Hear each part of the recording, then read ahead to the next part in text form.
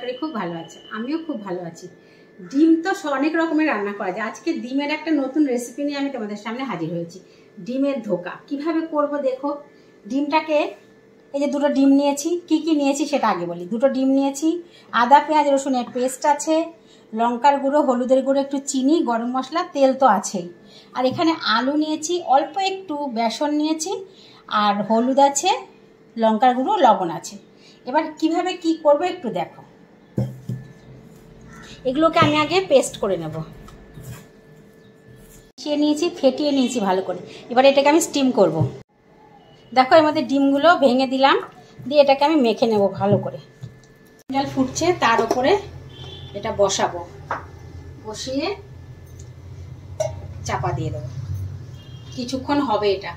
দেখো তেলটা তেতে গেছে, এবার আমি এগুলো একটা একটা করে ছেড়ে দেবো, দিয়ে ভেজে নেব।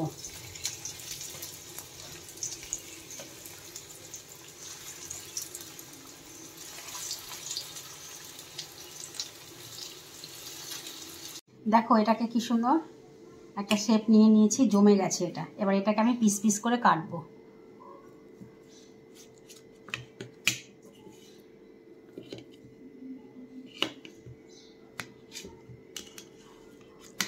এবার এটাকে ভাজবো।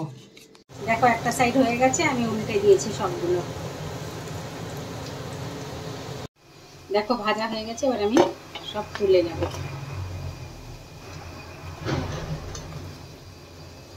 আমি লঙ্কা আর টমেটোটা দিয়ে দিলাম। এবার একে একে আমি সব মশলাগুলো দেবো। এবার এই পেস্টটা দিলাম, এটাকে একটু কষিয়ে নিই। এবার দেখো লবণ দেব, লঙ্কার গুঁড়ো, হলুদ আর চিনিটা দিয়ে দেব। দিয়ে এবার একটু জল দেব, দিয়ে কষাবো।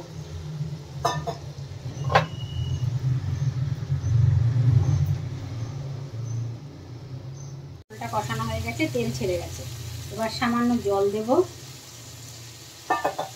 এটা ফুটলেই বড়াগুলো ছেড়ে দিয়ে গরম মশলা দিয়ে নামিয়ে নেব।